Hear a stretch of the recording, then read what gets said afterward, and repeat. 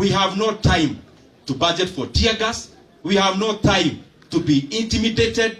The only time we have is to work for the benefit of the people of Kenya. Na hii sarakasi yote ni waeleze kwa taratibu. Wamezoea katika kila uchaguzi, wanatisha rais, wanaitwa, wanapewa mkate nusu, wanapewa sijui nini. He is a role model MP who shakes up parliament and all of Kenya with leadership the likes of which have not been seen since the country gained independence.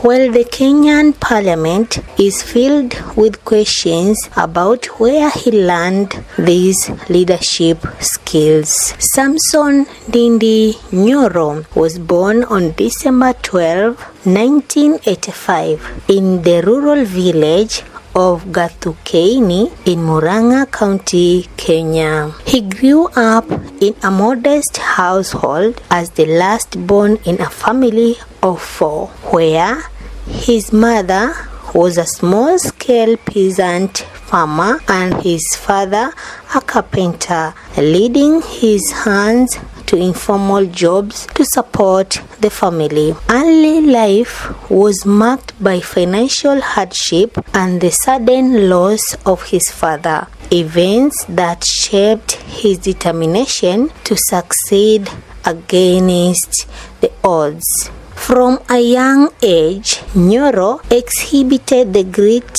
and ambition that later defined his life. During his primary-secondary education years, he engaged in small entrepreneurial efforts, repairing shoes, selling second-hand clothes, and even heading local small businesses to supplement family income and pay school fees. These early experiences instilled in him a drive to overcome economic challenges and fueled his belief in hard work and self-reliance. Ndindi's formal education began at Gathukeini Primary School, where he completed his primary schooling before proceeding to Kiambugi Boys Secondary School in 2000.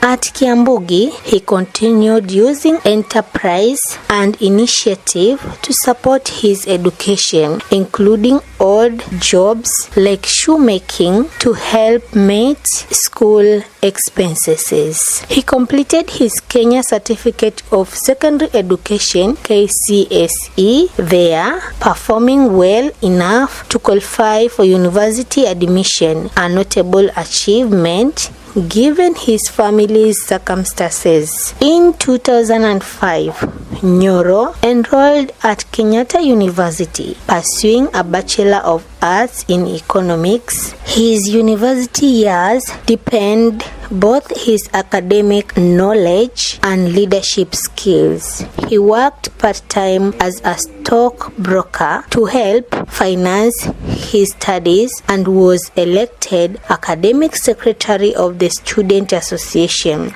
gaining valuable early experience in governance and representation. He graduated in 2009 with a solid grounding in economics and public affairs. Driven by a commitment to continuous learning, Nyoro later returned to a higher education. Around 2023, he undertook 2 master's programs, currently a Master of Arts in Economics at the University of Nairobi and a Master of Economics, Policy and Management at Kenyatta University. He successfully completed these advanced degrees in 2025, demonstrating his dedication to academic excellence and policy expertise that would support his national leadership aspirations. Away from the public stage, Ndindi Nyoro's personal life reflects stability and partnership.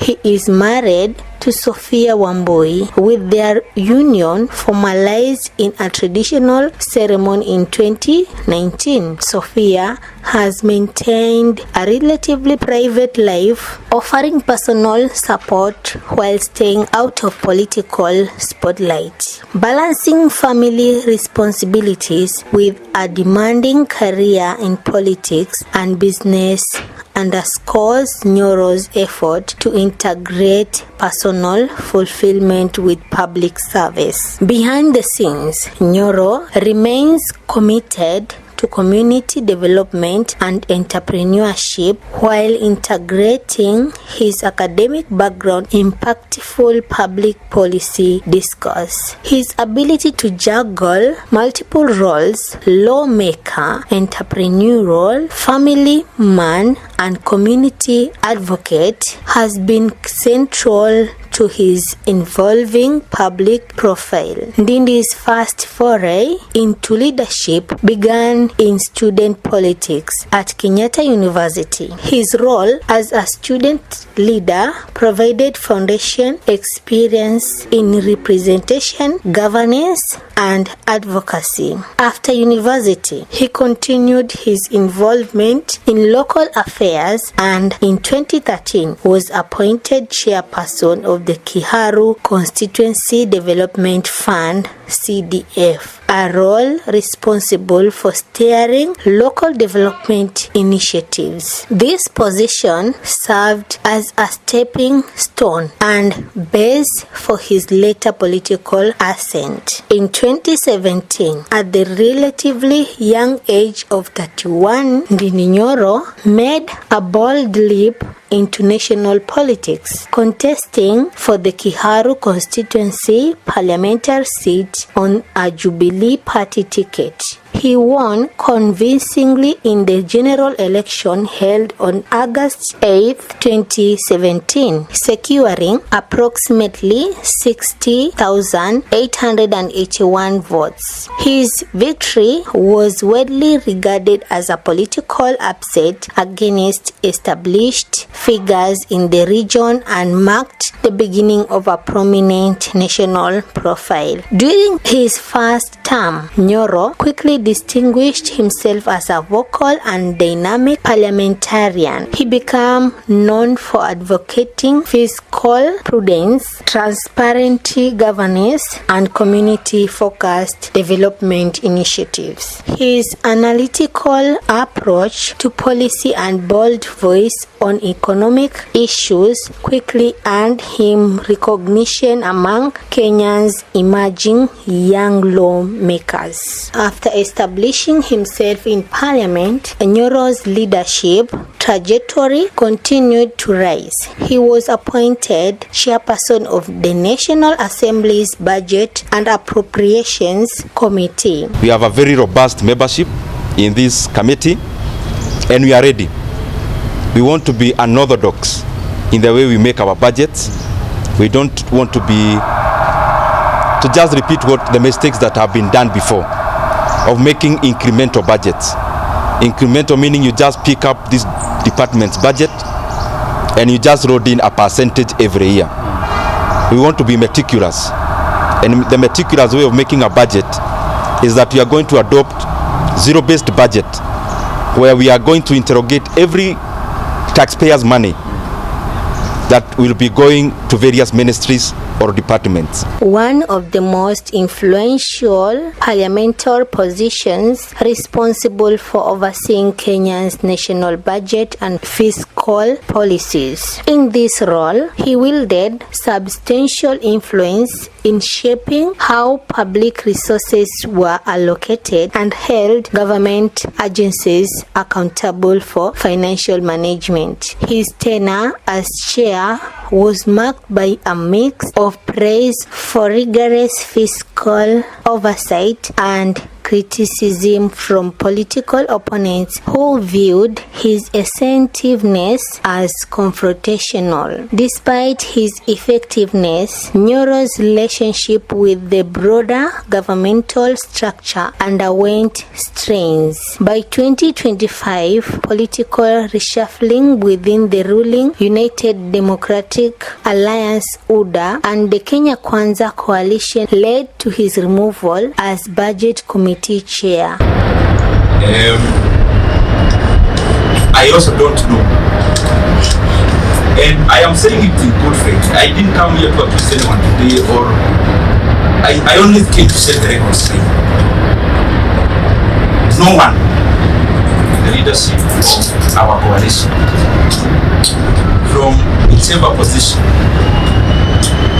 has ever called me in regards to the position, in regards to what I need to do better, in regards to what I need to change, in regards to things that needed to be done in a different manner.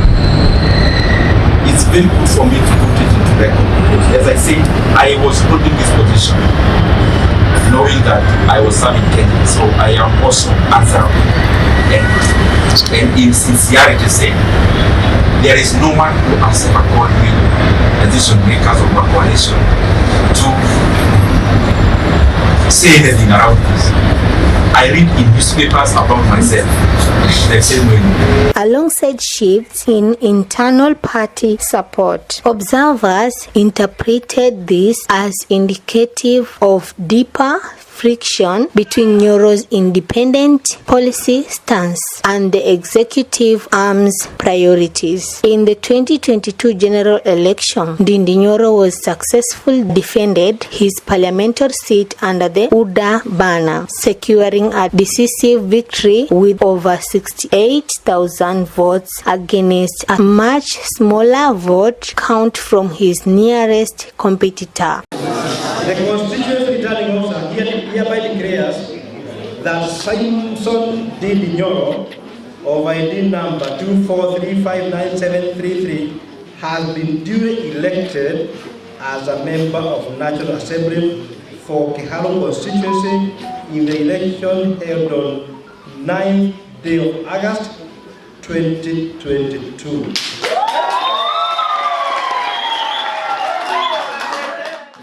Ningetaka nishukuru sana watu wa Kiharu ambao ni wadosi wangu kwa ile nafasi wamenipea ya pili ya kuwatumikia kama mbunge wa Kiharu. Na washukuru sana kwa sababu nimekuwa na around 5 years as the MP for Kiharu. Tumefanya kazi pamoja na washukuru sana for the confidence of giving us this overwhelming victory.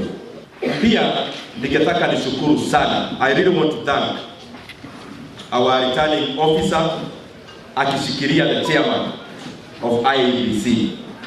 IEBC as a commission have come of age. It has conducted this 2022 general elections in a world-class manner, in world-class standards.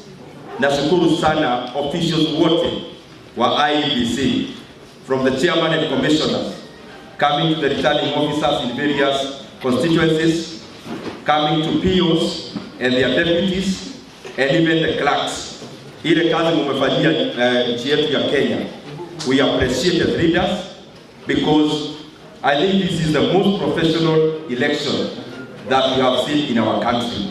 Na pia natumai hata tukiendelea, we will continue giving capacity to IEBC so that it continues to be even better and to progress in regards to. This reaffirmed his strong constituency support and his continued relevance as a national political figure. Nyoro's life before full-time politics was defined by entrepreneurship. He began engaging in business activities early, founding small ventures even as a student. After university, he expanded into more substantial enterprise. Around 2006 to 2010, he co-founded AfriSec Telecoms, an internet service provider which gradually grew into a significant firm. In 2016, he co-founded Investax Capital, one of Kenya's major stock brokerage and investment firms,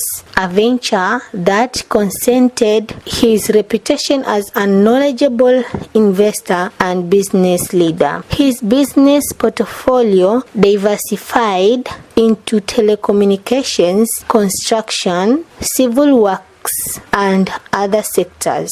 Notable, Nyoro became one of the largest individual shareholders in Kenya Power and Lightning Company KPLC, holding significant shares that sparked both admiration for financial success and debate over potential conflict of interest between his business and public policy roles. These entrepreneurial successes provided Nyoro with a financial base and national visibility beyond politics, and he frequently merged businesses insight with legislative advocacy, particularly on economic policy, investment, and governance. One of Ndindi Nyoro's most enduring legacies in his home constituency is the Masomo Bora Education Initiative, a program designed to ease financial barriers to secondary education. Originally launched to subsidize fees, by 2026, the program was expanded to cover all 65 public day secondary schools in Kiharu, benefiting more than 12,000 learners. Today, we have launched Kiharu Masomo Bora program covering all the 60-day schools in Kiharu. Even the boarding schools with day element, we are covering the day scholars in this program. They are all 14,000 learners in Kiharu, and we have been able to allocate 60 million Kenya shillings from CDF that specifically is going into revamping infrastructure in our day schools, building laboratories, and changing the face of our infrastructure. We have also allocated 10 million that is going towards revision books. Under Masomo Bora, a day school fees was standardized at 500 Kenyan shilling per term, significantly lowering the cost of education for families in the area. Beyond fee reduction, the program introduced school feeding initiatives, offering daily lunch and nutrition support, and allocated fund for supplementary learning resources, laboratories, and uniform subsidies. It included provisions for performance-based incentives for teachers and principals, focused on improving learning outcomes and educational performance. Kiharu Member of Parliament Ndindi Nyoro has announced reduced school fees and enhanced student welfare following improvements under the Kiharu Masomo Bora program. Ndindi says under the improved program, more than 12,000 learners in 65-day secondary schools within the constituency will pay 500 shillings per person as school fees per term. The students will also benefit from free lunch served from Monday to Saturday as a way of easing the financial burden of parents amid the rising cost of living. The MP says the program seeks to ensure equitable access to quality education for all learners regardless of background.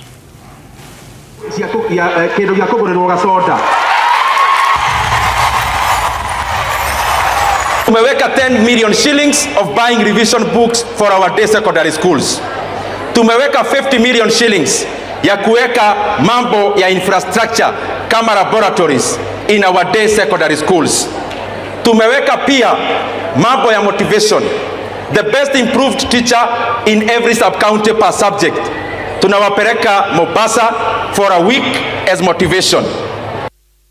Masomo Bora quickly gained attention beyond Kiharu and inspired discussion on broader education reform in Kenya. The success of the initiative positioned Nyoro as a legislator not only invested in policy debates at the national level but also deeply rooted in tangible community impact. In recent years, Ndindi Nyoro has shifted from constituency issues to national policy advocacy. A leading example is his proposal for a national fund for fee-day secondary school, inspiring by the Masomo Bora model. His plan outlined creating a consolidated education kit, pooling funds from the national government, county government, and the NGCDF to finance free education and school meals across the country with an estimated annual requirement of 30 billion shillings. This proposal generated a robust national discussion. Supporters praised its ambition to make education more accessible, while critics questioned the feasibility and fiscal implications. Notable rival lawmakers publicly challenged the plan's assumptions about funding and implementation. In parallel, Nyoro has been a prominent critic of the government's partial sale of Safaricom shares, arguing that the proposed valuation undervalues the company and could result in loss for the Kenyan public. His outspoken stance on his issues has sparked debate about asset management, transparency, and accountability in national financial decisions. Ndindi Nyoro is widely viewed as one of Kenya's most dynamic and youthful political leaders, a lawmaker deeply engaged in economic policy, community development, and educational reform. His academic background in economics gives him credibility on fiscal issues, while his entrepreneurial success speaks to practical experience in private sector growth and wealth creation. His approach often blends data-driven policy advocacy with grassroots initiatives, a combination that draws both support and criticism. Online and in public discourse, some commentators praise his analytical focus and leadership potential, while others debate whether his economic arguments are pragmatic or politically positioned. Ndindi Nyoro's journey from a humble village in Murang'a County to Kenya's national political stage is a narrative of perseverance, entrepreneurial zeal, and public service. From cobbling shoes and running small businesses to leading education initiatives and challenging national policy frameworks, his biography reflects a mix of personal triumph, political influence, and ongoing debate. As he continues to balance community development with national advocacy, Nyoro's story remains one of involving leadership, one that resonates with many Kenyans who see in him both the potential for transformative change and the complexities of political stewardship.